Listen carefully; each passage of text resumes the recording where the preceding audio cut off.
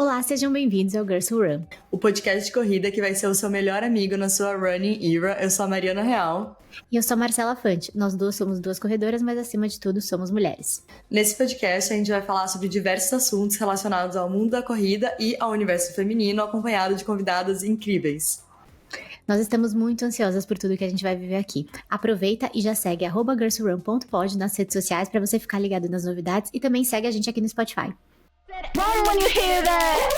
You better run when you hear that. I said Run when you hear that. You better run when you hear that. run when you hear that.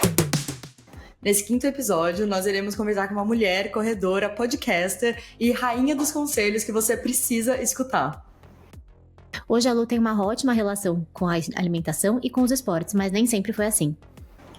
A gente fala muito sobre como o esporte pode ser um ótimo aliado na nossa saúde mental, mas também é importante falar do inverso, quando o esporte ele é um disfarce para transtornos alimentares.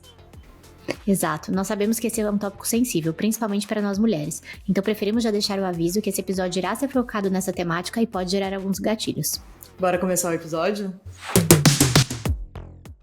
Bom, a gente tá muito animada para receber essa convidada tão especial e falar sobre um tema que é tão pertinente e, infelizmente, tão presente na vida das mulheres.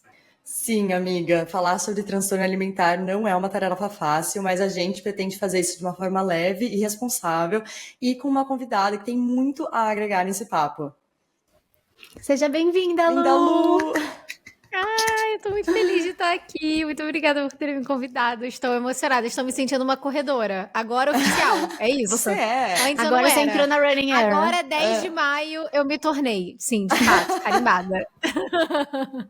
Amiga, a gente tá muito animada de ter você aqui também. É de fato uma honra, né? Você tá participando. A Lu também é podcaster, então, assim, é uma pessoa que conhece muito desse mundo. Então é muito legal ter você aqui com a gente nesse nosso comecinho aí de projeto. Lu, muito obrigada por aceitar o convite, é uma honra ter você com a gente, reitero o que a Má falou. E antes da gente começar, para quem te escuta e por acaso ainda não te conhece, conta um pouquinho de quem é a Lu dentro e fora da corrida.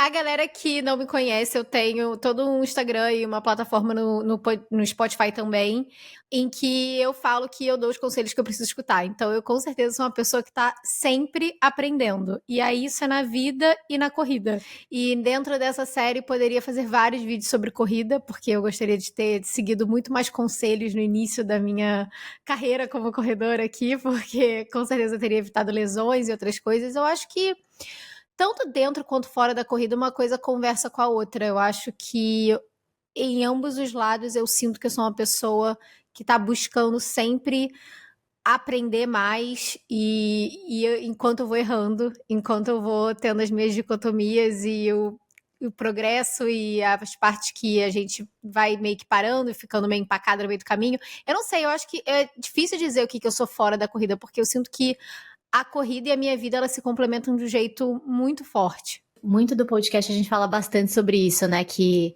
como mulheres e corredoras, os papéis eles sempre estão andando juntos. Então, acho que a gente depois vai querer explorar um pouquinho como é que surgiu essa versão da Lu Corredora, que é uma versão um pouco mais recente, né? Sim. Mas vamos começar a falar um pouquinho mais do tema do episódio. Bom, Lu, é verdade, a gente percebeu que é muito difícil dissociar quem a gente é da corrida, isso a gente viu em todas as convidadas, e acho que está muito presente em mim e na Má também. Mas, enfim, voltando a falar do episódio de hoje, a gente vai falar, como já apresentamos no começo, de um tópico um pouco sensível. Tanto eu quanto você, a Má, a gente já passou por isso. Eu imagino que meninas que estejam ouvindo a gente já passaram também por transtornos alimentares, transtorno de imagem. E acho que todo mundo que viveu uma fase assim sabe o quão é difícil entrar nesse assunto e falar sobre essa fase da nossa vida, né? Lu, quem te acompanha há mais tempo, né, no caso eu, que já acompanho há muitos anos, conhece um pouquinho da sua história, mas eu não sei, né, se as pessoas que te escutam já te acompanham, e para quem começou também a te acompanhar lá no começo, sabe que as suas redes sociais, elas começaram justamente como um perfil que ele mostrava a sua rotina de dieta e a prática de atividade física. Então, se você quiser voltar um pouquinho lá atrás, da onde surgiu o primeiro perfil da Lu, que eu acho que chamava até Be Fitness, ou Be Healthy. Lu. Era Be Fit Lu, virou Be Healthy Lu e depois virou Be Happy Lu. Cada hora a gente vai mudando, que fofo. Entendeu? O que vai assim, exatamente. O Be Happy já tem alguns anos. Mas E essa foi isso mudança de mesmo. nome, se conecta Diz muito, quem te tudo. seguia se conecta muito com a própria evolução da Lu, né? Exatamente. Na verdade, o meu problema com transtornos alimentares, ele começou muito antes de eu ter o Instagram. O meu Instagram, quando eu comecei, ele muito pequenininho, que foi ali quando você chegou, quando absolutamente tudo era mato. E aquilo dali foi 2017. Eu já tinha passado por alguns anos de transtornos alimentares naquela época. E pra mim, quando eu comecei a dividir a minha rotina ali de comida fit e treino, eu achava na minha cabeça que eu já estava curada, que já era outra coisa, eu não praticava mais atos mais graves e sérios, né, que a gente vê como transtorno alimentar, assim, que você fala, não, isso aqui com certeza é um transtorno alimentar. Eu fazia dieta, e eu queria comer muito bem, muito limpo, tinha que ser sempre o mais limpo possível, pouquíssimo carboidrato, porque era bem naquela fase da low carb. Então, eu achava que eu tava sendo saudável. E aí eu fiz o Bifit e tal. Só que eu comecei a perceber que sair pra comer fora me causava muita ansiedade. E aí chegou num ponto que eu não queria mais, sei lá, sair com os meus amigos, sair com meu marido. Eu tinha muita dificuldade de deixar, inclusive, ele cozinhar, porque aí eu não sabia quanto que ele estava botando de óleo, ou enfim, eu tinha que ter sempre controle de tudo que estava sendo porcionado para mim. O jejum, que era um jejum de 12 horas, virou 14, virou 16, virou 18, e aí começou a virar um joguinho mental de quanto tempo eu aguentava sem comer.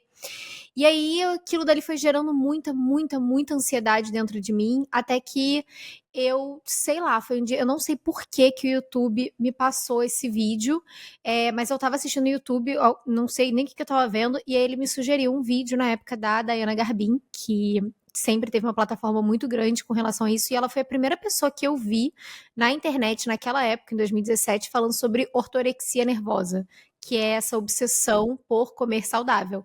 E quando eu terminei de ver o vídeo, eu caí aos prantos, porque eu falei, meu Deus, eu tenho isso?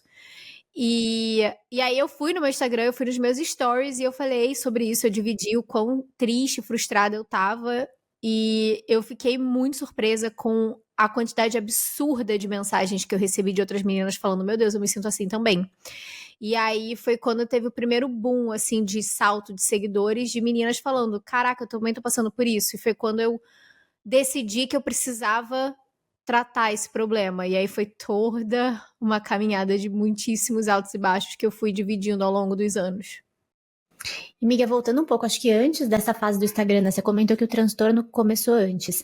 E acho que nós todas, a gente vem de uma geração em que, de fato, os anos 2000 principalmente, a gente tinha um estereótipo de corpo perfeito, que era só podia ser extremamente magra, a barriga tinha que ser muito seca, você não podia ter nenhuma imperfeição. Foi na época das Angels, Calça né, as cintura grandes modelos de baixa. Victoria's Secret, calça cintura baixa, e momentos em que, por exemplo, Fernanda Souza, eu lembro que eu gostava muito de Lizzie McGuire, assim, né, também, que é a Hilary Duff, enfim. Uhum. Exato. E elas, meninas magras, totalmente dentro do padrão, e que eram colocadas como meninas mais cheinhas, né? Então a gente cresceu, obviamente, com uma sociedade que botava um padrão quase que inatingível e que forçava a gente a se sentir desconfortável dentro do nosso próprio corpo. Então eu queria compartilhar minha memória da primeira vez que eu me senti desconfortável. Eu queria escutar de vocês também qual foi a primeira vez que vocês se sentiram ali desconfortáveis dentro do próprio corpo, falando, meu Deus, tem alguma coisa de errado. Se alguém quiser começar contando, depois eu puxo a minha. Bom, a minha eu lembro, como se fosse ontem, já contei, inclusive até no meu próprio podcast, eu tinha 6 anos e eu tava no carro do meu vô e a gente tava em Minas, ele era do interior de Minas Gerais, a gente sempre ia pra lá passar as férias, a gente tava numa estrada de terra, ele numa Brasília velha, calor do cacete, tudo empoeirado, e eu tava sentada no banco do meio e cada prima minha do meu lado, as duas eram irmãs, uma era 2 anos mais velha, outra era 2 anos mais nova que eu. E nós 3 estávamos de shortinho e cropped, né? Tipo um topzinho, porque tava assim muito calor. As 3 com o mesmo conjuntinho, só que cores diferentes, que a gente adorava fazer isso. E eu lembro de olhar para um lado, olhar para o outro e perceber que a barriga delas não tinha dobrinhas. E eu olhei para baixo e a minha barriga tinha dobrinhas. E naquela hora eu lembro assim de segurar a minha barriga, dar uma apertadinha e pensar que eu não queria aquelas dobrinhas ali, que não era pra estar ali.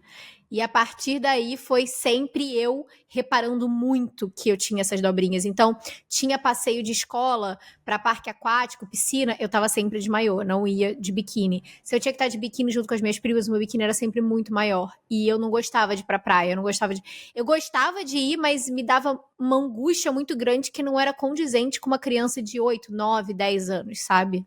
Nunca teve ninguém perguntando dessa primeira vez, mas eu lembro, ela é uma memória muito nítida, assim, também, igual a Lu falou, é coisa de quando eu tinha uns 7, 8 anos de idade, mais ou menos, e eu ia muito num clube lá da minha cidade, eu sou do interior, e a gente ia muito num clube, e lá também é muito quente, então no verão, tava eu e meus primos, a gente tava indo nadar, e tinha umas amigas junto com a gente, assim, e a minha prima, ela era uma criança muito magrinha, assim, ela sempre foi uma criança, sabe, pequenininha, magrinha, a barriga seca, e eu, assim, eu era pequena, mas eu tinha uma barriguinha. E aí eu lembro muito dessa menina que tava nadando com a gente, falando pra minha prima, nossa, a gente tinha 8 anos, ela falou, nossa, eu gostaria de ter uma barriga igual a sua. E foi aí que eu reparei na minha, porque eu nunca tinha parado pra notar. E aí eu pensei, nossa, é verdade, a minha barriga não é que nem a da minha prima. Tipo, eu tenho gordurinha, sabe? E é exatamente o que a Lu falou. Acho que depois disso, é aquela coisa que depois que você vê, é difícil desver. Então, depois que eu notei, era muito difícil tirar esse pensamento. E aí eu ficava sempre reparando. Acho que tiveram momentos quando a gente. E eu, minha prima é minha irmã, assim, a gente ia pra praia juntos. Então, tiveram momentos, assim, na nossa infância que depois eu esqueci um pouco, mas vira e mexe esse pensamento voltava. E acho que isso desencadeou muito fases em que eu simplesmente parava de comer, eu ficava sem comer por muito tempo, porque vinha nessa cabeça, tipo, nossa, eu também quero ter a barriga igual a dela. E é muito bizarro isso, a gente pensar que isso aconteceu quando a gente tinha 7, 8 anos, assim. Não, exato, é muito, eu ia até falar isso, é muito triste ver que começou pra gente muito nova, né? A minha primeira lembrança também, eu fazia ginástica olímpica e eu participava de um timezinho ali que teoricamente a gente era um pouco mais avançada. E eu era super nova. A gente começou a ginástica olímpica eu comecei com 6 anos. E a gente tinha uma rotina de se pesar. Não sei por que era Nossa. necessário a gente se pesar, mas eu Mas lembro era com muito a da gente fazer uma técnica, filinha amiga? com Ou a era... técnica. Nossa. Não, a técnica pesava a gente. Eu não sei porquê, mas enfim, Caraca. a gente estava numa filinha, né, todas as meninas, então, e já era um esporte que a gente já mostrava muito o corpo, no sentido que tava sempre todo mundo de colazinho, então a perna, etc. E eu não era uma menina também, todas as meninas que treinavam comigo eram extremamente, tipo, magras, realmente, assim, zero barriga, aquele corpo mais magro, bem pequenininhas, e eu sempre fui baixinha também, mas eu sempre tive mais barriga. E aí, aquele momento que a gente se pesou, eu lembro da primeira vez que eu me senti 100% inadequada e envergonhada, porque eu escutei uma frase que o correto, você só era magra, e essa frase, gente, até hoje é uma coisa, por muito tempo me assombrou mais, mas até hoje é uma coisa que ainda eu faço uma associação. Eu escutei a seguinte frase, você só é magra se você tem um peso que é 10, o número é 10 números menor que a sua altura. Então, por exemplo, se você me disse 1,40, você tinha que pesar 30 quilos. Mais que isso, você seria gorda. E aí, todas as meninas da fila estavam Meu nessa Deus. proporção. Não, todo mundo estava nessa proporção. E eu não estava. Eu era a única que não estava. E isso me deixou muito envergonhada. Eu fiquei muito desconfortável naquela situação, porque foi algo que foi falado, eu não lembro quem, mas foi um adulto que colocou essa métrica de, como se fosse, né, o corpo magro esperado das ginastas era esses 10 quilos a menos. Todas as meninas da fila estavam nesse padrão e eu não estava. Isso fez com que gerasse para mim toda uma questão de sempre estar desconfortável do meu corpo. E eu usava muito essa métrica para comparar com qualquer pessoa. Então, assim como vocês, eu tenho primas que todas eram muito magrinhas também, né? E aí, sempre que eu vi o peso de alguém na balança e eu olhava para o corpo da pessoa e aquela pessoa considerava ela magra, ou olhava e falava que era um corpo que eu gostaria de ter, quando ela se pesava, eu descobria o peso da pessoa, porque eu fiquei meio obcecada por saber o peso das pessoas, só confirmava aquele ponto. Então tá todo mundo que eu acho que tem um corpo bonito, quando eu pergunto e faço a conta, a pessoa tem os 10 quilos abaixo. E isso norteou a minha vida por muitos anos eu nunca entrei nessa métrica, assim, nunca, acho que raramente, depois de uma fase bem conturbada, eu entrei tomando muito remédio para emagrecer, eu cheguei nesses 10 a menos, mas nunca na minha vida eu tava dentro desse padrão que eu coloquei na minha cabeça. Eu nunca entrei nessa métrica e, enfim, toda a vida eu sempre ficava, tipo, buscando essa coisa que para mim, pro meu corpo era inatingível. E minhas primas tinham essa facilidade de estar no 10, nos menos 10. A minha irmã mais nova sempre teve essa facilidade de ter essa distância, esse gap. Várias amigas minhas que eu convivia tinham. Então, se tornou algo que foi o fator principal para falar, cara, meu corpo tá fora do padrão. E isso, mesma coisa que vocês, assim, de festinha de escola, a gente passeio para parque aquático, toda essa situação que eu tinha que ficar de biquíni era um fator super estressor, e com a adolescência, né, que é um período que aí, de fato, a gente começa a ter aquela coisa dos meninos, os paqueras, etc. E as pessoas são muito cruéis nessa fase. Também era um ponto que as pessoas brincavam, falavam, a Marcela gordinha, tipo, até era de um jeito, né, meio assim, mas pra reforçar que eu não tava no mesmo padrão que as outras meninas, sabe? E olha que assim, gente, estamos falando de 3 mulheres, não sei vocês no passado, mas nenhuma de nós teve obesidade, né? Não, hoje em dia eu Né? olho as minhas Longe fotos de disso. antigamente e eu fico assim, gente, eu era uma criança magra. Exato. Gente, eu era uma criança Exato. magra. Tipo assim, eu não era uma criança magrela. Eu nunca fui, mas eu era uma criança magra. Eu não estava nem remotamente acima do peso, nem meio quilo acima do peso, sabe? Tipo, eu ia ter que engordar mais uns 5 quilos pra estar talvez 1 quilo acima do peso, sabe? Era uma coisa assim tão bizarra olhando isso. E eu acho até também importante a gente fazer um disclaimer aqui, gente, que tipo, pelo amor de Deus, tá? Que nem a gente tá contando aqui os absurdos que a gente escutava. Então, tipo, que a Má tá dividindo, não tome isso como uma verdade, porque não tem o menor respaldo científico. Qualquer nutricionista, hoje em dia, que tem um mínimo de bom senso e de estudo, vai falar que essa métrica dos 10 quilos a menos pra sua altura não faz o menor sentido, tipo, 000 sentido. Então, pelo amor de Deus, não vai pegar isso pra você, porque furada. Não, Ainda mais você que corre. Não, e obviamente, Exato. acho que um ponto importante é que ambientes como esse balé e ginástica olímpica são ambientes extremamente tóxicos, tá? Eu não sei Exato. como tá hoje em dia, mas eu sei que muitas amigas minhas que passaram por esses dois esportes, que eles exigiam, assim como mulheres que entram nesse mundo de modelo, né? Eu acho que nós todas, a gente tem ali, e tem profissões e ambientes específicos que eles colocam os padrões que são de fato inatingíveis, e quando você vai conviver com todas as pessoas que passaram por esse esporte, de certa forma, trazem vários traumas dessa questão da comparação e de colocar métricas totalmente inatingíveis, você sempre, e gerar daí diversos transtornos, né? Então, acho que todas nós tivemos um início, tivemos um momento em que isso ficou desconfortável, e aí queria que você contasse um pouco, Lu, né, desse desenvolver ali, de quando de fato você começou a talvez desenvolver a questão do transtorno, o momento do estrago do tipo, acho que eu tô bem agora, tô sendo saudável, e a gente compartilha um pouco essa jornada. O que aconteceu foi que, assim, eu tinha toda essa insegurança, mas eu também era muito, muito criança, então eu não atribuí isso à dieta e não foi uma coisa que veio na minha vida, na verdade, por muitos anos. Eu tive um processo, por isso que eu falo que tipo, é muito único os casos, sabe? Não tem como você pegar e ver um filme e falar, ai, mas no meu caso não é desse jeito, então eu não tenho um transtorno, porque evolui de um jeito muito diferente. Eu não fiz nenhuma dieta. Eu não passei a minha pré-adolescência fazendo dieta, nem os 14, nem os 15, 16 anos. Eu não fazia dieta. Comia qualquer coisa, né? Salgado na escola. Não comia uma salada. Detestava legume, aquele paladar bem infantil. Exatamente essa pessoa. E sei lá, eu acho que eu fui tentando encontrar espaços de outros jeitos de ser atraente, assim, não só pra garotos, mas, assim, no geral, assim, sabe? Tipo, qual a minha personalidade, de poder atrair amigos e pessoas, sabe? Assim, mais carismática. Então, eu não sei. Por mais que eu não gostasse do meu corpo, eu também não fazia nada necessariamente pra mudar aquela situação, sabe? Só que quando eu tinha 16 anos, eu fui fazer um intercâmbio, eu fui para os Estados Unidos e fiquei 1 ano lá. E lá eu tive as minhas primeiras crises de ansiedade, de verdade. Foi primeira vez que eu tive que lidar com o princípio de depressão, e aí eu engordei. Eu engordei quase 20 quilos em 10 meses, só que eu tava num estado que era muito frio e as pessoas eram muito grandes. Então eu engordei, mas eu ainda era muito menor que todo mundo. Então eu não tinha percepção do quanto que eu tinha ganho de peso até voltar pro Brasil. E aí quando eu voltei e ver aquela recepção da família, dos amigos, de que, nossa senhora, o que aconteceu com você, pelo amor de Deus, e todas as piadas. E a galera não tava querendo necessariamente me fazer me sentir mal. Era só pra, tipo, zoeira, vamos zoar ela aqui, daqui a pouco ela vai perder esse peso mesmo e vai dar tudo certo, sabe? E aquilo ali mexeu muito com a minha confiança, principalmente porque eu tinha um namorado antes de ir pro intercâmbio, que foi meu primeiro namorado. Ele terminou comigo enquanto eu estava lá. E quando eu voltei, ele tava com uma outra menina que tinha um corpo lindo.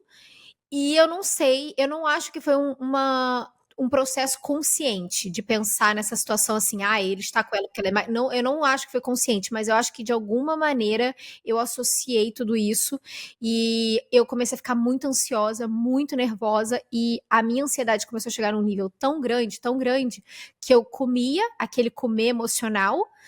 Eu não necessariamente tinha compulsão, nunca tive compulsão alimentar, nunca fui diagnosticada com compulsão alimentar, mas eu comia mais ali, tipo, sei lá, coisa de, sei lá, vou comer 3 pedaços de bolo, vai. E aí eu me sentia muito nervosa e angustiada e eu precisava botar aquilo pra fora. Eu sentia que eu precisava botar minha ansiedade pra fora. E aí, como que eu botava a ansiedade pra fora? Botando a comida pra fora. E aí foi quando eu tive minha primeira fase do transtorno alimentar, que durou até os 19 anos, dos 16, quase 17 até os 19 anos, que foi a bulimia.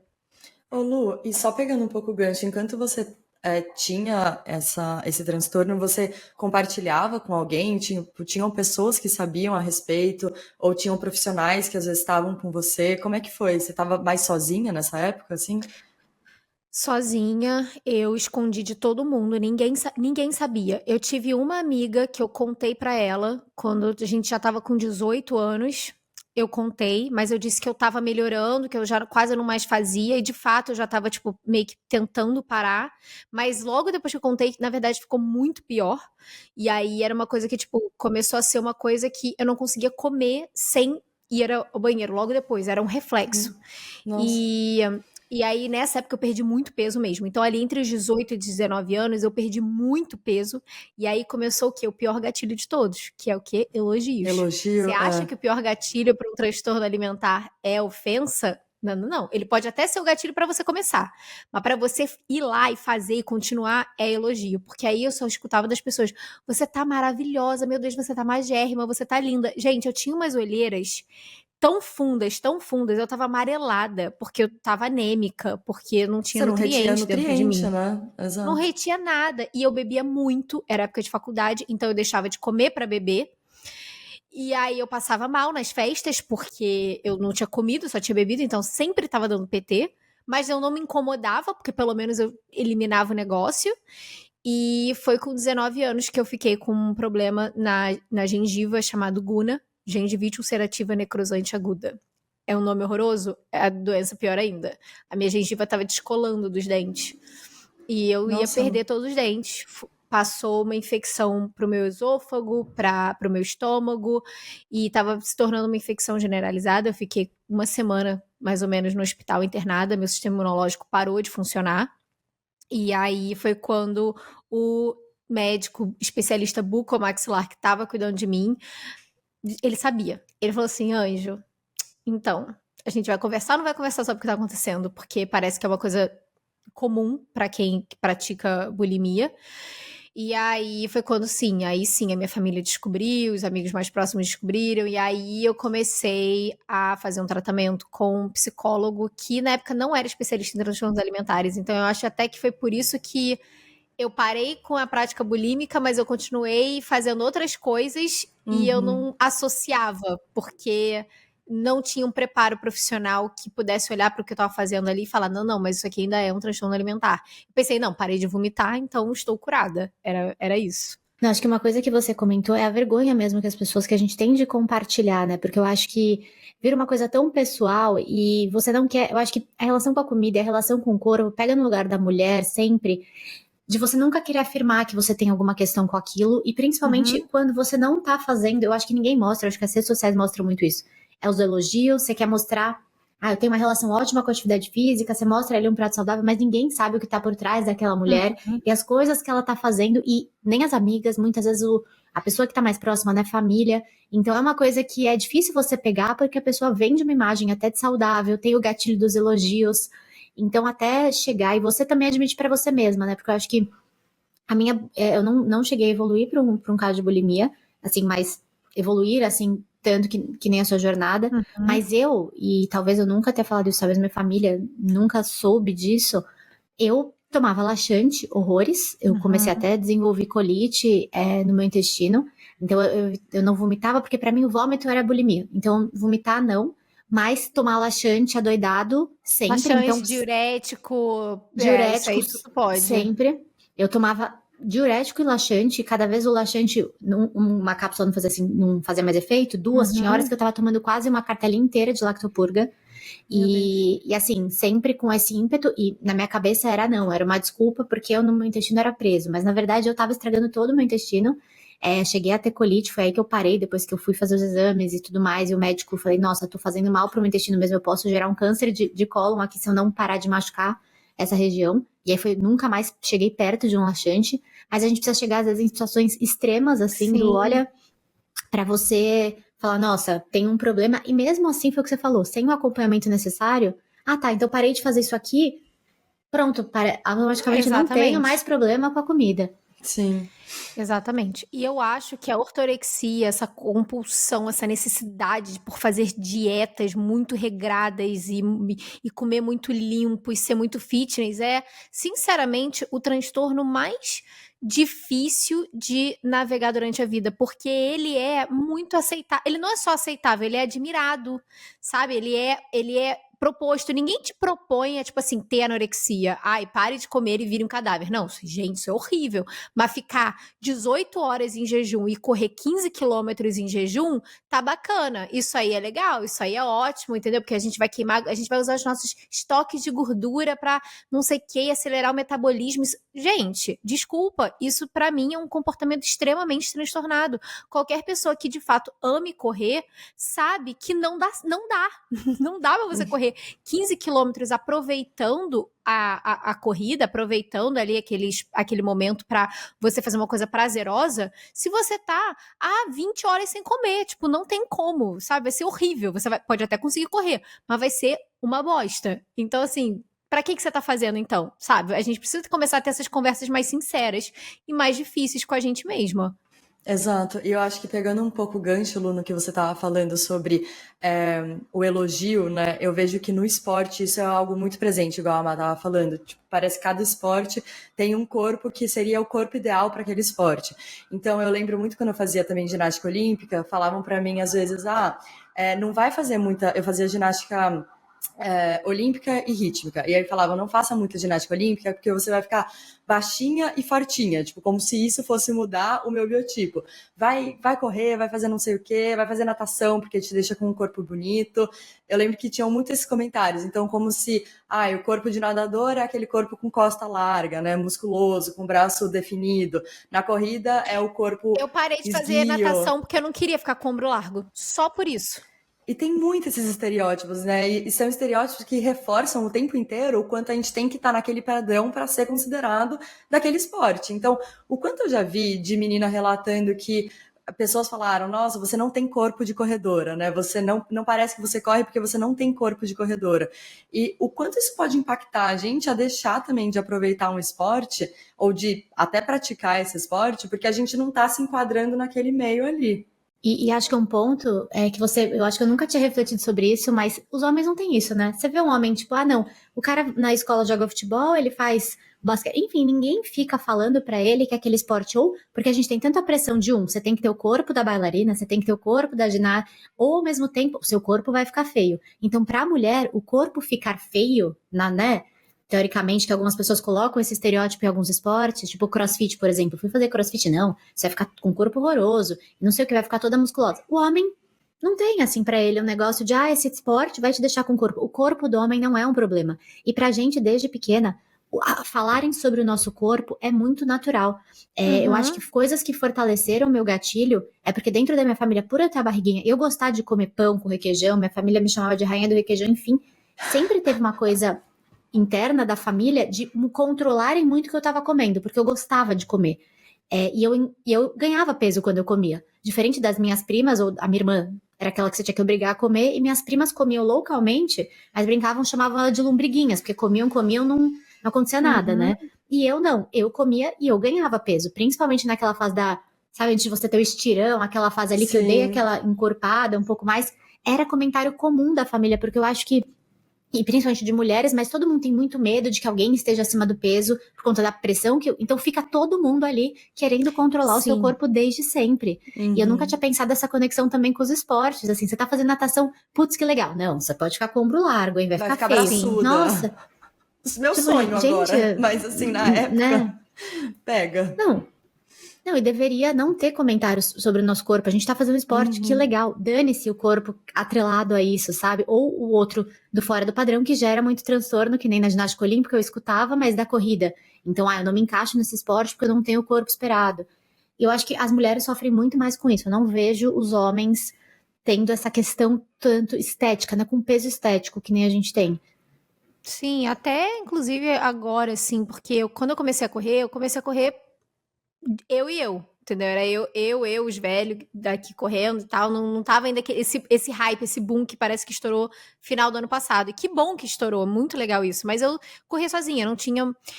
Depois eu arranjei uma pessoa, um personal que passava as minhas planilhas de treino, mas eu tava nos Estados Unidos, então eu corria sozinha. Então eu criei uma conexão com a corrida completamente dissociada, desassociada à imagem física, como meu corpo ia ficar. Se tinha até alguma coisa, era até, na verdade, um receio meu de que eu ia começar a correr, eu ia perder muita massa magra, sabe? Tipo, às vezes eu ainda tinha um negocinho assim, mas depois eu comecei a gostar tanto de correr, que eu falei, foda-se se eu perder massa magra também. E aí eu continuei correndo, mas a questão foi que quando eu voltei agora pro Brasil, final de fevereiro, eu comecei a fazer uma assessoria, e aqui as assessorias você conhece várias pessoas, é super legal, porque você vai entrando dentro dessa comunidade e tal, e tem várias meninas, e eu fiquei um pouco chocada, assim, de ver que as conversas ainda giram muito em torno do quanto que queimou de caloria no treino, e que depois disso vai fazer outro treino, porque o outro treino queima mais calorias, e do que comeu na noite anterior, e que era pra correr, pelo menos gastou o hambúrguer da noite anterior, ou então meninas não querendo tomar gel de carboidrato, porque gel de carboidrato, é caloria, meu Deus, eu vou tomar um negócio sem calorias, eu poderia comer tal coisa no lugar disso, e eu não sei, eu acho que é porque eu fiquei, né, esse processo assim de 1 ano correndo, só eu e eu, que eu tinha esquecido que era assim, que as coisas infelizmente ainda são assim, e aquilo me deixou tão triste, sabe, porque... Cara, você não escuta isso na roda dos caras. Foi exatamente o que você falou. Se você vai na roda dos caras que acabaram de fazer o treino, eles estão marcando o café da manhã deles, eles estão falando que eles vão fazer depois, se eles vão falar que eles vão jogar bola ou que eles vão pra academia, eles não estão falando que, tipo, eu vou pra academia agora porque aí eu vou queimar mais caloria. Não é nesse lugar, sabe? E são meninas assim... Gente, que já são extremamente magras, que já têm um corpo super padrão e que não percebem esse tipo de fala como uma fala problemática, sabe? Para elas e para as pessoas que estão ouvindo. E é muito triste que, mesmo que a gente esteja vendo mais mulheres agora entrando nos esportes, o que eu acho perfeito, maravilhoso, porque eu acho que muda, assim, muito a nossa relação com a atividade física e com a comida, ainda assim tem muita gente entrando nos esportes ainda com esse pensamento de vou fazer isso para ficar mais magra, para queimar mais caloria, para fazer tal coisa. Então, ainda é um longo caminho que a gente vai estar percorrendo. Longo. E a gente precisa tomar muito cuidado, né? Porque eu e a Má, pelo menos, a gente já conversou bastante sobre isso, sobre o quanto a corrida, o esporte no geral, ele pode ser um mega aliado na nossa saúde mental. Então, servir ali como controle da nossa ansiedade, ajudar a gente a controlar a nossa ansiedade, estresse, enfim, inúmeros benefícios. Eu acho que eu não preciso nem ficar listando todos eles aqui, mas o quanto, às vezes, ele é até um aliado para transtorno alimentar, né? Então, assim, o comportamento compensatório não vai mais vir no vômito ou em provocar, tomar laxante, etc e tal, mas vai vir no eu vou comer tal coisa, mas depois vou correr 20 quilômetros. Então, é uma forma mascarada, né, desse transtorno se apresentar. Sim, na verdade é uma forma de bulimia. Na verdade, isso também é uma forma de bulimia. Bulimia configura com qualquer ação e reação compensatória. Então, se você come um negócio, você pensa que você vai correr X quilômetros para queimar aquele negócio, você está compensando. Isso é um comportamento compulsório de compensação. Então, isso configura sim como bulimia. É só porque, infelizmente, a gente associa a bulimia só com a parte do vômito, por exemplo.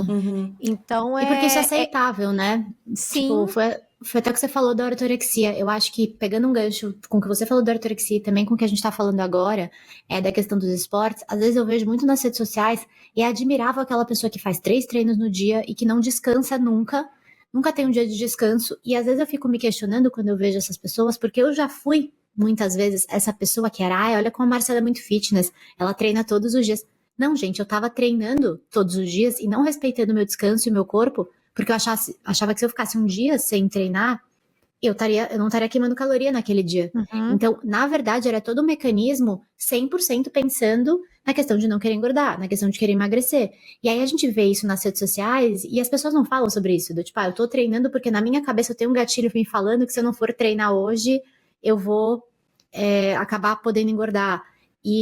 E assim, eu olho, eu realmente fico olhando, será que essa pessoa realmente gosta de treinar todos os dias? Ela pode até gostar de treinar todos os dias, mas será que não tem nenhuma vozinha ali no fundo dela que faz cometer esses excessos por essa questão da alimentação e acaba passando muito esse exemplo para outras pessoas, né? Então, acho que é muito complicado porque acaba sendo um padrão de estilo de vida que acho que a Gabriela Pugliese falou muito sobre isso, abriu anos depois, né, quem seguia ela, que eu acho que ela veio como uma grande musa fitness, e ela abriu depois e falou, gente, eu tava doente, eu olho aquela mulher e eu vejo uma mulher doente, uma mulher que nunca saía da dieta, e que todo mundo fala, nossa, focada, maravilhosa. Não, assim, não é saudável você nunca comer um brigadeiro, tipo, não é saudável você nunca comer uma pizza, né, eu tinha medo de comer essas coisas, então ela tinha a questão da ortorexia, ao mesmo tempo ela falava, eu ficava sem comer tantas horas, então foi legal, assim, anos depois ela trazer, né, algo que e ela vendia uma imagem super fitness, obviamente inatingível, e que por trás tinha centenas de transtornos alimentares que ela não jogava. Então acho que é isso, a gente acaba escondendo dentro de comportamentos saudáveis. E eu queria fazer até um link com você, né, Lu, que eu acho que é a sua história, viu? Be Healthy, Lu.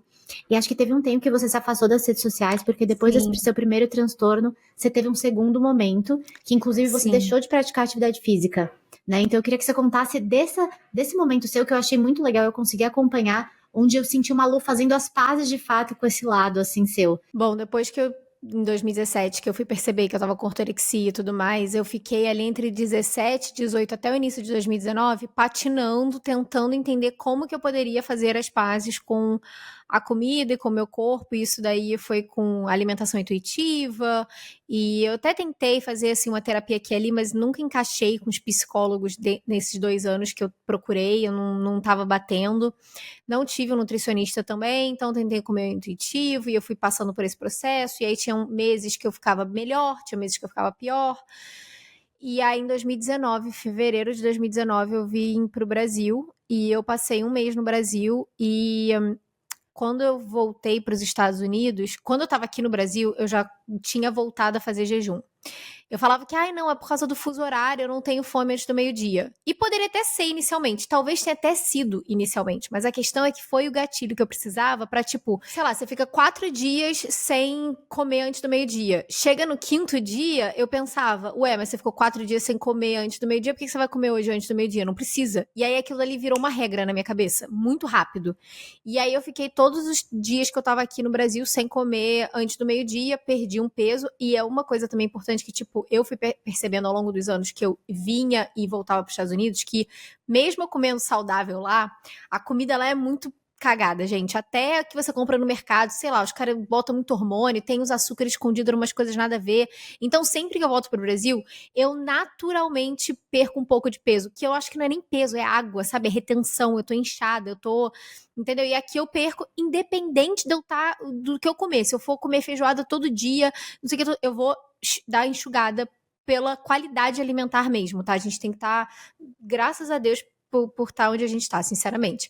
Mas, enfim, quando eu voltei para os Estados Unidos, veio de novo os elogios. Nossa, Lu, você tá... Era casamento da minha cunhada. Eu cheguei no dia do casamento da minha cunhada. Você tá maravilhosa, meu Deus, você tá magérrima. Olha esse braço todo definido, não sei o quê. E aí eu pensei, bom, preciso continuar o meu jejum.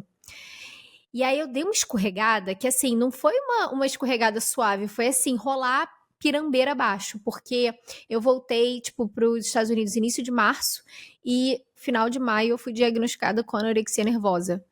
E foi muito difícil aceitar isso, porque eu já tava com quase 25 anos na época, eu tava às vésperas de fazer 25. Eu tinha acabado de conseguir um emprego novo numa numa marca que eu achava super legal, num cargo super legal. E eu, tipo, como assim? Eu tô com... Não, eu não tô. Que isso, gente? As pessoas que têm anorexia nervosa, elas estão cadavéricas. E eu, tipo, eu não aceitava aquilo, sabe? Mas, de fato, foi quando eu comecei. Aí sim, pela primeira vez, eu achei o lugar certo pra me tratar, que foi, no caso, lá nos Estados Unidos. Foi uma clínica especializada, assim, presencial, em que eu tinha acompanhamento psicológico, acompanhamento nutricional, eu tinha que ir lá toda semana, eu tinha que me pesar toda semana, eu não via o peso, o número na balança, mas elas viam e eu tinha acompanhamento para ver o quanto de peso eu estava ganhando. Eu demorei a responder ao processo, acho que os primeiros 2 meses, assim, eu fui bem... Eu ia, eu falava, eu entendia. Em teoria, eu tava assim, eu super entendi o que estava acontecendo, mas na prática eu não conseguia me forçar a comer. E aí foi quando a minha equipe lá sentou comigo e com meu marido e falou, olha, ou ela ganha, tipo, sei lá, 1 quilo até a próxima sessão, ou a gente vai ter que internar, porque ela continua perdendo peso. E aí foi nessa época que realmente eu sumi do Instagram, porque não tinha como eu falar sobre isso, eu tava com muita vergonha, eu tava muito decepcionada comigo mesma, tinha muita coisa acontecendo, eu ainda tava tipo, começando um emprego novo, ninguém no meu emprego sabia o que eu tava passando, então eu não tinha energia pra nada, cara, eu só tinha energia pra trabalhar e pra tentar me tratar, sabe? Então, tipo, eu precisava aquela coisa da história da máscara de oxigênio, primeiro em você e depois nos outros. E foi aí que eu realmente tive que parar total com a atividade física. Foi quando eu comecei a fazer a terapia certa, que é uma terapia muito difícil para quem tem um transtorno alimentar, porque no final das contas é você e o prato de comida. E você tem que comer, e você chora, você não quer, você passa mal. E, enfim, Chama foi terapia um de processo exposição? dolorido. É terapia de exposição. Ela é bem comum para quem tem síndromes, assim, por exemplo, síndrome do pânico, alguma Uhum, fobia. Então, por exemplo, sei lá, se você tem fobia de espaços fechados, você não consegue entrar no elevador. Tipo, você não consegue, só entendi. que você mora no 20º andar. A terapia de Uhum. exposição é o quê? Você, Você vai você entrar no vai ter que. elevador.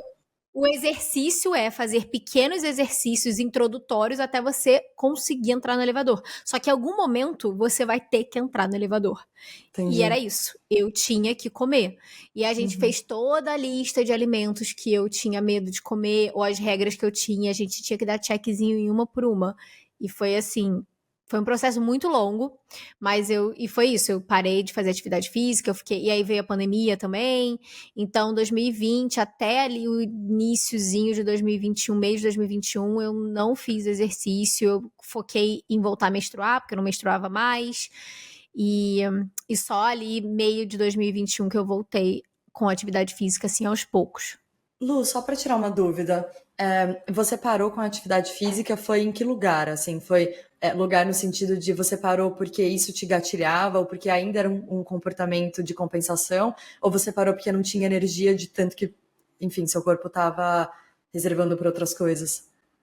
Inicialmente não foi uma recomendação, foi tipo, foi o que foi passado, Ah, tá. era obrigatório, Uhum, eu não podia, porque eu precisava ganhar peso, então, tipo, eu não tá. podia me dar o luxo de Nenhum fazer nenhum tipo de déficit. atividade física.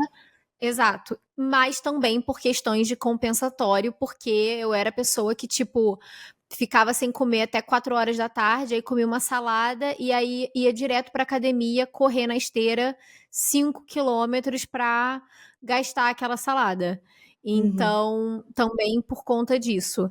E aí, depois que eu ganhei o peso, eu ainda era tipo, não era mais assim, não era que eu não podia fazer, mas ainda não era indicado, exatamente porque não queria, a minha equipe ali não queria que aquilo se tornasse um gatilho para eu começar a criar essa válvula de compensação, sabe? Tipo, eu não Uhum. estava ainda preparada psicologicamente para introduzir exercício se não fosse, tipo, eu só fazia atividade física porque eu queria ficar magra, porque eu queria ser Uhum. magra, era só por isso. Sabe? Tipo, Uhum. não tinha outro motivo pra isso, eu detestava. Então eu precisava descobrir como que eu ia ver a atividade física de um jeito saudável, sabe? Isso eu Entendi. precisei me afastar pra isso. Eu lembro muito dessa época que eu acho que foi quando você ressurgiu no Instagram de novo e compartilhou um pouco do processo, e aí você Uhum. compartilhava a questão da amenorreia, né, que você conseguiu voltar a menstruar e regular essa parte hormonal. E aí foi quando surgiu, talvez me corrija, mas acho que foi quando veio o Be Happy Lu, quando você Eu voltou. acho que foi sim. Acho que foi já essa virada de chave de agora eu quero ser feliz, né? Então, assim, nem healthy, nem fit, mas agora feliz. Isso. E eu lembro de você começar ali, você compartilhava, gente, hoje eu consegui fazer atividade física, tô tentando, porque teve até o processo de reintrodução. E aí eu Sim. queria entender que para você contasse um pouco com a gente, porque eu acho que é muito importante todo esse processo de fazer as pazes, porque transtorno alimentar, e aqui eu quero até deixar de novo um disclaimer, é uma coisa muito séria.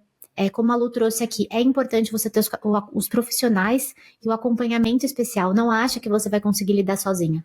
Em alguns momentos, você pode até estar em outras fases de vida que aquilo ali deixa de ficar tão gritante, você acha que você tá bem. Isso aconteceu comigo por alguns anos. De fato, quando ele volta, você sente que ele tá ali presente, muitas vezes ele volta mais rápido e mais forte. Eu também busquei apoio, eu fiz terapia, né, com um terapeuta focado também nessa questão comportamental e nutricionista comportamental, que me ajudou muito a descobrir os meus gatilhos e eu consegui, hoje eu falo finalmente que eu tenho uma relação saudável com a comida que eu achei que não era possível ter, eu achei que eu ia morrer sem conseguir ter uma relação saudável com a comida, porque eu era de tão impensável que era pra mim.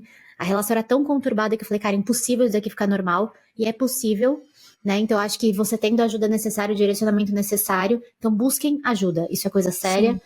Se vocês estão, às vezes, não quero vir pra minha família, mas busca um profissional. É muito importante você ter esse tipo de orientação. Mas voltando um pouco, Lu, acho que uma coisa que é muito, né? Hoje você tá aí, eu acho que quem te acompanha e quem ainda não acompanha a Lu vai lá seguir depois que a gente acabar esse episódio, mas dá pra ver muito essa questão de tanto a corrida, que você entrou com esse hábito, a prática de atividade física e principalmente uma alimentação super livre, né? Você gosta, inclusive hoje você tem muito prazer em sair pra comer, conhecer restaurantes. Então, como é que essa nova Lu foi construída? Como é que tá sendo essa fase pra você? Que acho que é até legal contar pra talvez pessoas que estejam escutando a gente e achem que nunca vão conseguir chegar nesse estágio, conhecer um pouquinho dessa trajetória. Eu acho que duas coisas que são muito importantes pontuar é que o caminho é longo, ele é de 2 passos para frente, 3 para trás, é frustrante e transtorno alimentar não tem cura, gente, não tem cura, é um vício, transtorno alimentar é um vício, como o alcoolismo, como um vício em drogas, é uma válvula de escape que você tem para não ter que lidar com as coisas que você precisa lidar na sua vida. Então, assim, a ideia de eu quero ser magra não é necessariamente, assim, um trajeto reto, tipo, eu quero ser magra. Só por quê? Porque eu decidi ser magra. É muito mais eu quero ser magra porque eu aprendi que se eu não for magra, eu não vou ser amada, eu não vou ser aceita, eu não vou encontrar um parceiro, ou então a minha mãe não vai gostar de mim, eu não vou ser bem-sucedida, as pessoas não vão me levar a sério se eu não for magra, eu não vou ter uma carreira profissional boa, as pessoas vão me ver como uma pessoa preguiçosa, e aí eu não... Então, assim, o buraco é muito mais embaixo.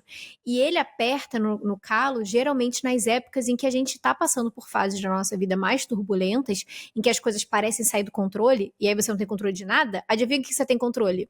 Do quanto que você come, do peso na balança. Isso aí, ó, é mole da gente controlar. Então é muito fácil perder tempo pensando que, não, a minha meta agora é perder 3 quilos, ao invés de pensar, putz, meu relacionamento tá acabando e eu não quero lidar com isso.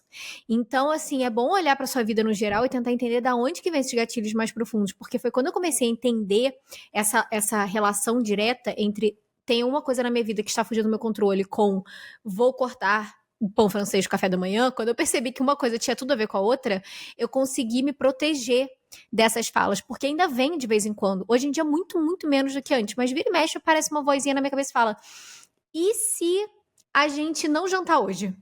Tipo, do nada. E aí eu falo, tá maluca? E tipo, é um diálogo comigo mesmo, tá louca, cala a boca, eu, hein, nada a ver. E eu sento, e pode até ser que às vezes seja um pouquinho desconfortável nas 2 primeiras mordidas ali, mas depois dá aquela respirada e aí vai. E a gente percebe que não tem ninguém morrendo, que tá tudo bem, o mundo não acabou, eu comi o meu prato de janta e tá tudo certo, tá todo mundo bem, tá todo mundo vivo aí. Só que, assim, é um processo fazer isso e principalmente com a atividade física também, foi tipo... Eu entendo hoje em dia que o papel da atividade física na minha vida é muito importante pra minha ansiedade, porque eu tenho ansiedade generalizada, é uma coisa que descansa a minha mente, porque a minha mente não para de funcionar 1 segundo, então é a única hora que o negócio parece que desliga, então eu preciso disso, mas eu sei que do mesmo jeito que eu sou aquela coisa assim, você é muito focada, e é muito legal falar que eu sou uma pessoa muito focada, só que é a mesma coisa que falar que eu sou muito perfeccionista, parece um elogio, parece uma coisa legal, mas não é. Não quando a gente vai beirando pro extremo. Se eu cismo com uma coisa na minha vida, em qualquer área que seja, se eu não me policiar, eu fico completamente assim, ó, a visão completamente assim, sem olhar pros lados, é só aquilo e acabou. Inclusive, até ultimamente, nos últimos meses, eu tenho pensado muito sobre isso com relação à corrida. Com a minha relação com a corrida. Que eu tenho percebido que começou muito gostosa, muito leve, muito prazerosa, de um lugar extremamente saudável, e que agora, nos últimos meses, eu senti que não tava ficando legal, que eu tava me cobrando muito na minha performance, nos meus números, e ai meu Deus, mas aí eu não corri 10 quilômetros hoje, então eu tô atrasada, a fulana correu mais que eu, e aí vem essa coisa, ai, mas a fulana corre e nada, e faz academia, e vai andar de bicicleta, e não sei o que, e eu tô cansada só porque eu corri 5 quilômetros, e aí eu queria me forçar a fazer mais, mesmo sentindo que, tipo, cara, aquela garota tem 22 anos, eu tenho 30, sabe? Faz muita diferença 8 anos nas costas, é óbvio que eu vou estar mais cansada. E outra, eu tenho outras prioridades na minha vida, eu amo correr, mas correr não é a minha vida. Eu quero ter energia pra fazer outras coisas. Só que é um exercício que a única coisa que eu tiro de bom, entre aspas, muitas aspas, desse transtorno alimentar é de ter me dado esse tipo de perspectiva, sabe? De que eu sou uma pessoa muito controladora e eu preciso perceber isso em qualquer coisa que eu me proponha fazer, em qualquer área.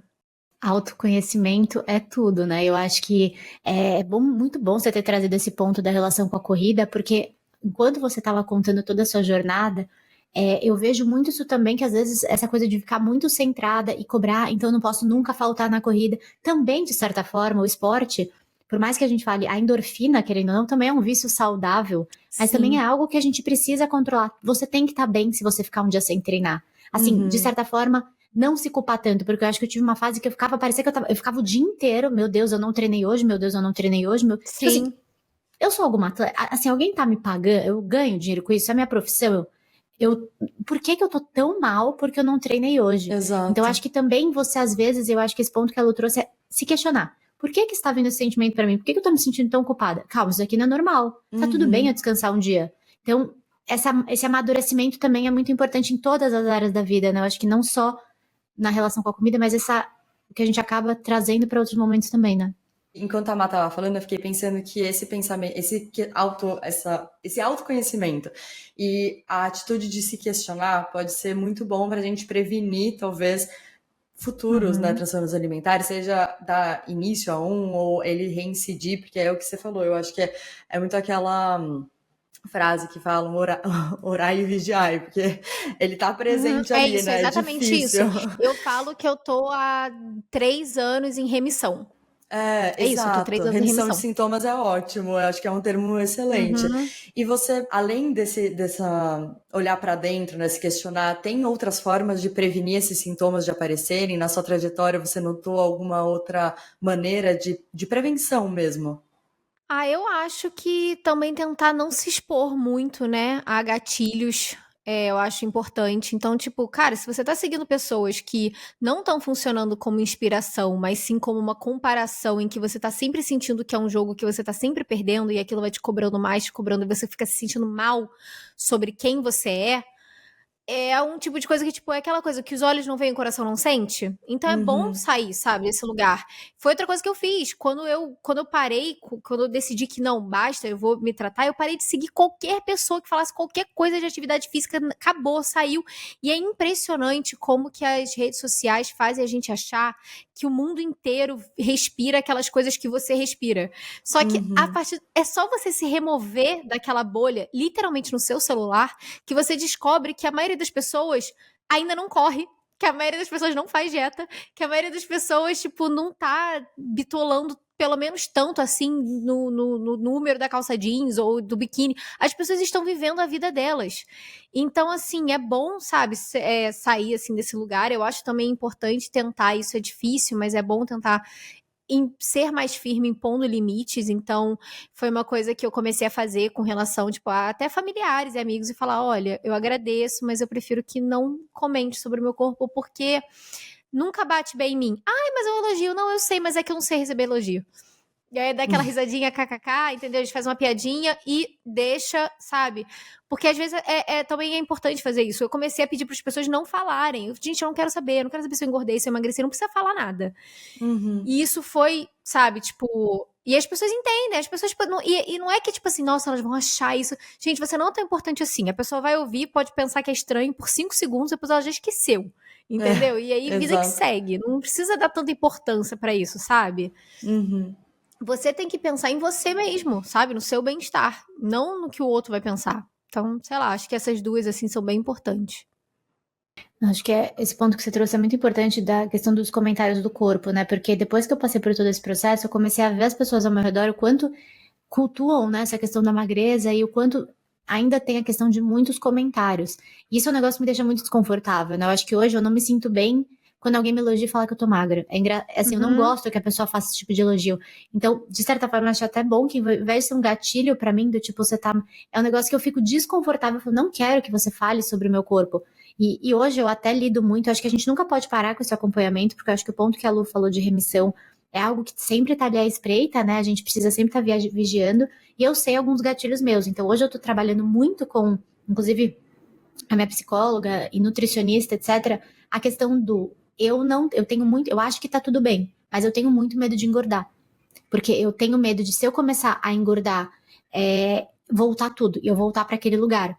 Então, são coisas que eu, por mais que beleza, hoje eu tô correndo, eu tô com uma alimentação, uma relação bem saudável com a minha comida, inclusive eu tô com dificuldade de começar a fazer um plano alimentar pensando na minha performance, porque eu olhar para um papel e eu vejo dieta, aquilo me dá ansiedade, então, só que eu preciso comer mais para dar energia, porque eu tô ficando muito cansada, e tô trabalhando isso com a minha nutri, do tipo, Marcela, vamos pensar um jeito, então, porque eu falei, eu não quero nenhuma ideia que me dê restrição, eu não quero sentir que eu tô fazendo algo, que eu tô tendo que comer o que você colocou na folha, e não tô podendo comer o que eu quero comer. Então, é um processo que até hoje a gente precisa trabalhar, e conversar bastante, e entender os seus gatilhos e trabalhar neles. Eu acho que eu fico muito à espreita porque eu tenho muito medo de realmente voltar para aquele lugar. Não é um lugar que eu quero estar.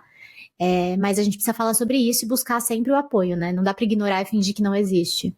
E eu acho também importante a gente não ser hipócrita de, tipo, achar que vai existir um cenário perfeito. Nossa, Lu, agora você não liga, você... Gente, tem coisa que eu tapo, assim, aquele sol com a pereiraça, entendeu? Por exemplo, eu não acho meu corpo bonito. Eu não acho meu corpo bonito. Ai, nossa, Luísa, mas você tem um corpo lindo. Obrigada, mas eu sei que eu não acho. E eu sei também que eu já tentei 1 milhão de versões diferentes e em nenhuma delas eu achava que meu corpo era bonito. Então, o que eu percebi que é mais fácil pra eu fazer é, aceitar que eu não acho que o meu corpo é bonito, entender que ele é um corpo super padrão, mas que eu não consigo enxergar assim, que eu tenho um problema psicológico, que eu não consigo enxergar ele do jeito que ele é. E o que eu faço é, tipo, não ficar olhando muito pro espelho. Tipo assim, não é que eu não olho pro espelho, mas, por exemplo, se eu tiver de biquíni, eu boto o biquíni, eu olho por, tipo, 5 segundos. Não, tá legal, tá legal. Às vezes eu até me aventuro em tirar uma fotinho. Mas acabou, entendeu? Eu não vou ficar posando, eu não vou ficar olhando, eu não vou ficar pegando, porque quanto mais eu olho, mais distorcida a imagem vai ficando, a verdade é essa. Então, se eu olho rápido o suficiente, eu acho bom, eu acho ok, tá tudo certo. Mas se eu fico olhando, quanto mais eu olho, pior vai ficando a imagem pra mim. Então, eu prefiro não olhar tanto. E eu conversei sobre isso com a minha psicóloga e ela falou, Lu, se isso funciona pra você, tá tudo bem.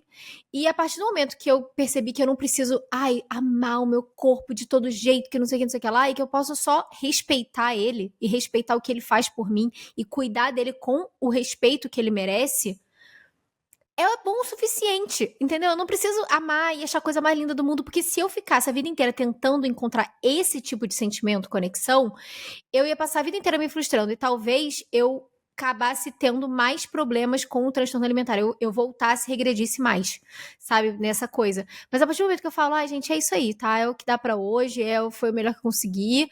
E hoje em dia eu sinto que é isso. A minha relação com o meu corpo não é uma relação de amor, mas é uma relação de profundo respeito. E a corrida só fez esse respeito aumentar 300%. Tipo, hoje em dia eu cuido assim, tem que estar bem pra não ficar machucada, entendeu? Vamos fazer. E é isso, e é focando nisso. Mas é um processo. E às vezes, quando eu falo isso, bate mal, sabe? Algumas pessoas ficam, tipo, elas acham estranho falar isso. Mas pra mim, foi o que funcionou pra conseguir criar uma relação de paz, sabe? Comigo mesmo e com o meu corpo. Nossa, você me deu o conselho que eu precisava ouvir. Estamos aqui pra Você isso. acabou de me dar. Eu amo, a Luísa acabou de dar um tapa na minha cara, porque esse é um problema que eu enfrento muito. O meu maior problema hoje, eu tenho forte distorção de imagem, de não conseguir. Eu não gosto do meu corpo também, não gosto. Odeio a minha barriga, vou falar, odeio, não gosto, não consigo gostar. E ela é um problema. Quanto menos eu olhar, melhor, porque eu começo a olhar. Aí vem, e se eu fizer lipo? E se eu fizer não sei o quê? E aí eu começo a entrar naquela que é um negócio que. Muitas vezes eu me olho no espelho, é engraçado, eu olho no espelho, eu vejo um corpo que não me pertence mais, eu consigo ver aquele corpo, assim, eu consigo me ver com 10, 15 quilos acima, e me sinto assim, e aí quando eu vejo uma foto do mesmo dia que eu tava me sentindo assim, eu falo, gente, a foto não bate com o que eu vejo no espelho, então a gente tem que ficar muito vigilante, mas eu acho que esse ponto que você trouxe, aceitar que talvez tudo bem, e eu fico tentando às vezes buscar ainda, tipo, eu queria gostar. E se eu só aceitar que tá tudo bem, que talvez eu não vá gostar e tirar esse foco disso? Eu acho que foi muito importante essa sua fala pra mim, assim, amiga. Bateu de um jeito muito bom, porque eu acho que eu nunca tinha tido essa perspectiva. Ai, que bom. E Lu, para a gente arrematar tudo que foi falado, se você pudesse dar um conselho, eu sei que já falou muita coisa e assim serviu pra gente, inclusive, né, para mim e pra Mar. Mas se você pudesse dar, além de tudo que você falou, um conselho para uma mulher que esteja passando por isso, qual seria? Primeiro que você não tá sozinha, que você não é uma pessoa rasa ou superficial por estar passando por isso. O transtorno alimentar é um transtorno psicológico, inclusive ele é o transtorno alimentar é o transtorno psicológico 2 que mais causa mortes no mundo por conta de anorexia, casos extremos, enfim. Você, além de tudo isso, além dessa parte mais dramática, mesmo que seja só tipo, eu sou muito fixada em dieta, enfim, você ainda tá ali naquele limiar. Cara, você merece uma vida completa, sabe? Você merece ter qualidade, confiança para poder viver sem se sentir presa ao que você tá vendo ali na balança. Cara, a vida é tão maior que isso. Imagina que louco, cara. A gente, sabe, tipo, 80, 90 anos falando pros nossos netos o tanto que a gente deixou de viver, porque se a gente fizesse as coisas que a gente queria fazer, a gente ia, sei lá, engordar. E talvez nem fosse. E talvez engorde um pouco, mas a questão é, o mundo não vai acabar por causa disso. Tudo bem você buscar a sua melhor versão, tudo bem você buscar uma vida saudável, mas você tem que ver se ser saudável aí tá sendo saudável de verdade pra você. Aonde que tá tirando? Aonde que tá pegando o negócio, sabe? Porque se você tá com um corpo, entre aspas, saudável, mas você tá o tempo inteiro pensando nisso, se você come o negócio já pensando na próxima refeição, que você pode ou não pode comer, calculando o negócio e quanto que você tem que gastar e como que vai gastar, amanhã eu não vou sair pra jantar porque eu já saí pra jantar no outro dia, você tá deixando de viver pra ter um corpo tal, eu vou te falar agora, esse seu corpo que você quer chegar, ele não vai chegar nunca, não vai, ele já chegou em outras épocas da sua vida, que hoje em dia você olha pra trás, igual a Má falou, tipo, nossa, eu olho essa foto agora e eu acho que eu tava maravilhosa, mas na época eu achava que eu tava péssima. Você já teve esse corpo várias vezes, mas você nunca enxergou ele daquele jeito, e você nunca vai enxergar. Então, assim, tenha parcimônia, sabe? Eu acho que, tipo, realmente não dá pra ter aquela coisa de mente sã, corpo são. Não dá pra você ter um corpo saudável se você não tá com uma mente saudável. Tipo, simplesmente não tem. Então, e eu acho até que para as pessoas que têm problemas de compulsão e têm problemas que realmente estão acima do peso, que precisam emagrecer, não conseguem e vão para compulsão, isso também começa com o psicológico. Às vezes você não tá conseguindo emagrecer e você tá voltando para comida naquele emocional, exatamente porque o emocional não tá bem. Então, assim, às vezes você só precisa tratar a cabeça e o corpo responde de uma maneira muito melhor do que você vai esperar, sabe? Tipo, dá um pouquinho mais de crédito pro seu corpo. Eu acho que essa é uma bom conselho. Dá um pouquinho mais de crédito. Não dá crédito suficiente pra sabedoria do nosso organismo. Nossa, isso é muito importante, né, Lu? De fato, falam muito. Nosso corpo, ele já nasceu sabendo como ele tem que funcionar. Então, acho que quando a gente só aprende a respeitar ele e, obviamente, fazer, né, terapia, mas eu acho que também entender que ele sabe como ele funciona. Aquele dia que você tá com um pouco mais de fome, você tá com um pouco mais de fome, come. Tem dias que você vai estar com menos fome e tá tudo bem. Então, acho que respeitar muito essa questão de ter uma relação mais intuitiva e confiar no que ele pede, acho que é muito importante. Lu, queria agradecer muito a sua participação.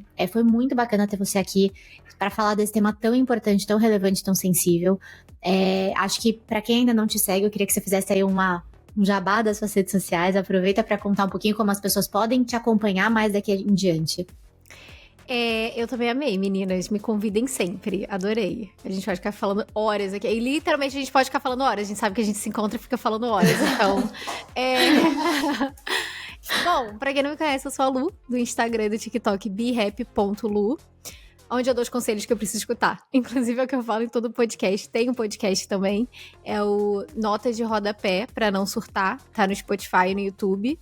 E é isso, gente. Sou eu dando conselhos pra mim mesmo em voz alta. E às vezes bate, tá vendo? Que nem a Mai escutou e falou, nossa, essa foi pra mim. Mas 99% das coisas que eu falo nas minhas redes sociais, elas são conselhos pra mim mesma, de coisas que eu estou passando e processando e que, sei lá, às vezes falando em voz alta faz mais sentido pra mim, acaba fazendo mais sentido pros outros. E a gente vai evoluindo. E também posto sobre meu processo com a corrida, principalmente no Instagram, então nos stories eu vou postando, treinos e tudo mais, e como que isso vai entrando dentro da minha vida e vai me ensinando muito sobre mim mesma em outras áreas. Então eu sempre associo muito a corrida e como que ela vai me ensinando coisas fora da corrida. Não, amiga, muito legal. Sigam, gente, eu acompanho a Lu há muitos anos, então é muito legal te ter aqui, amiga. Virou uma amiga, uma pessoa que eu sigo há muito tempo, a gente hoje virou amiga, então eu acho que é muito legal ter você aqui. E, gente, a gente vai ficando por aqui com esse episódio. Toda quarta-feira a gente tá aqui no Spotify com um episódio novo. E sigam as nossas redes sociais, a gente tá no Instagram e no TikTok com o girls.who.run.pod. Então sigam a gente lá, porque a gente tá postando vários cortes dos nossos episódios, também todas as novidades pra vocês ficarem por dentro. E a gente quer escutar vocês lá também, então falem um pouquinho o que vocês estão achando e o que vocês querem ver aqui. Obrigada, gente. Obrigada, Lu. Obrigada por esse episódio que foi incrível. Obrigada, Lu. E obrigada por todo mundo que ouviu. Obrigada. Better run